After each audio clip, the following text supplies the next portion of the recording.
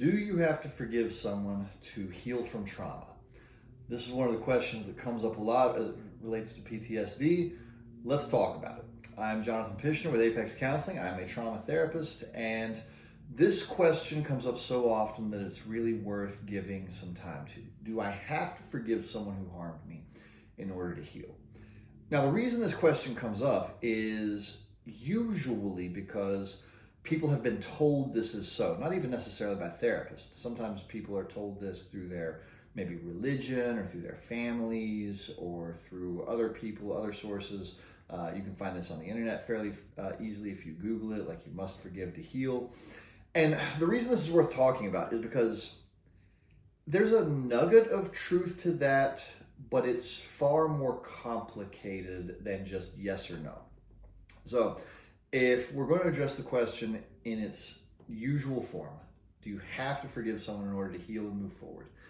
The answer to that is really no. That's kind of a myth. But there are important things to understand about exactly what needs to happen for healing to occur. So when we talk about trauma, especially whenever trauma was done by any sort of aggressor or abuser, whether that's a single incident or whether that's a repeated incident such as childhood abuse or adult-to-adult abuse, figuring out your relationship to what happened to you, to the emotions around that, and to the person moving forward, all of that's very, very important. But the question of forgiveness makes it tricky because even if we check with 5 separate people, 10, 12, 20 separate people, a lot of them are going to have different definitions of what that word even means. So for healing purpose, one of the things that I work with my clients on whenever we're trying to decide exactly how much forgiveness is required in service of healing, basically for the trauma therapist, healing is achieved whenever the negative event is no longer negatively impacting your life on a significantly frequent basis. So then the question becomes, all right, what has to happen internally for that to occur? Now, for a ton of people, for that to occur, doesn't really require very much forgiveness at all, especially if they're not in contact with the person who did it. Like if it's especially a single incident where the person either went to jail or it's a repeated incident, but they've cut off contact with the person, whether it was a spouse or a parent. Oftentimes, for the emotions and for the event to stop impacting someone's life on a regular basis, really no feelings towards that person have to change at all, usually. Now, sometimes as part of this, clients will come in with anger and hatred that they experience on a very daily basis. At which point, a lot of times we'll really work hard on solving the question of, okay, is anger and hatred on a daily basis, is this really what you want for your life? And for the most part, the answer to that tends to be no. So then, of course, we do have to work through how to not have that. And maybe sometimes some level of forgiveness is required for that, but maybe, not always. To say that it's required for that to occur, to reduce anger or hatred or any other negative emotions, is a bit oversimplified. So if we're thinking about helping someone to heal, should they forgive? Should they continue to have negative emotions towards that person? One of the things that's important to know is negative emotions by themselves are not necessarily bad. It's their impact that needs to be examined.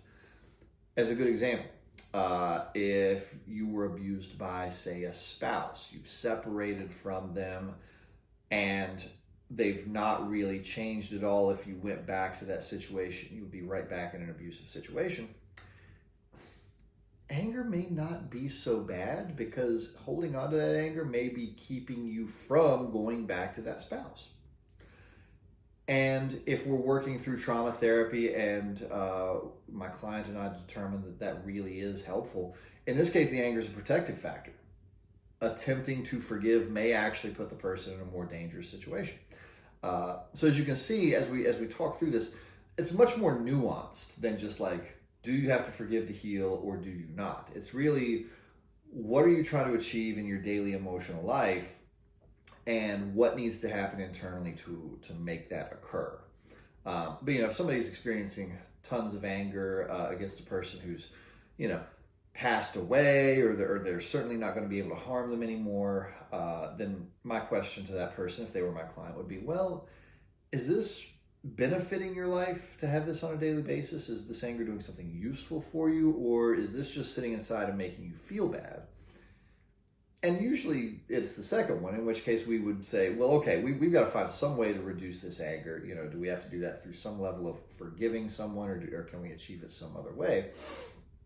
But almost always, I'll be helping the client figure out for themselves, is forgiveness towards someone who traumatized me going to be part of my journey? Is that necessary? Or, what's going to be my relationship to that idea? So I really wanted to spend a few minutes on that today, because saying that you must heal in service of getting over trauma, saying that you must forgive in order to heal from trauma, I mean, yeah, sometimes maybe, but saying that is dramatically oversimplified.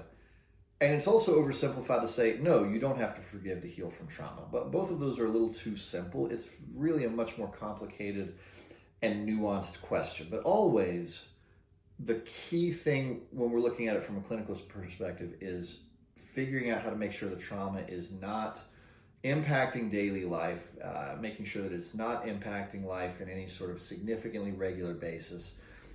That's really what we look for when we think of healing in the clinical setting. And then we just figure out, does forgiveness really have to be a part of that? And if so, is the client ready to move to that? So there's a lot of just figuring out, is this part of the journey? So I wanted to share that with people, just since there's some confusion around it sometimes. As always, the internet sometimes gives answers that are a little too simplistic, and I wanted to give the much more helpful and much more complete answer. So thank you for hanging out with me for a few minutes today. I'm Jonathan Pishman with Apex Counseling, and I will see you next time.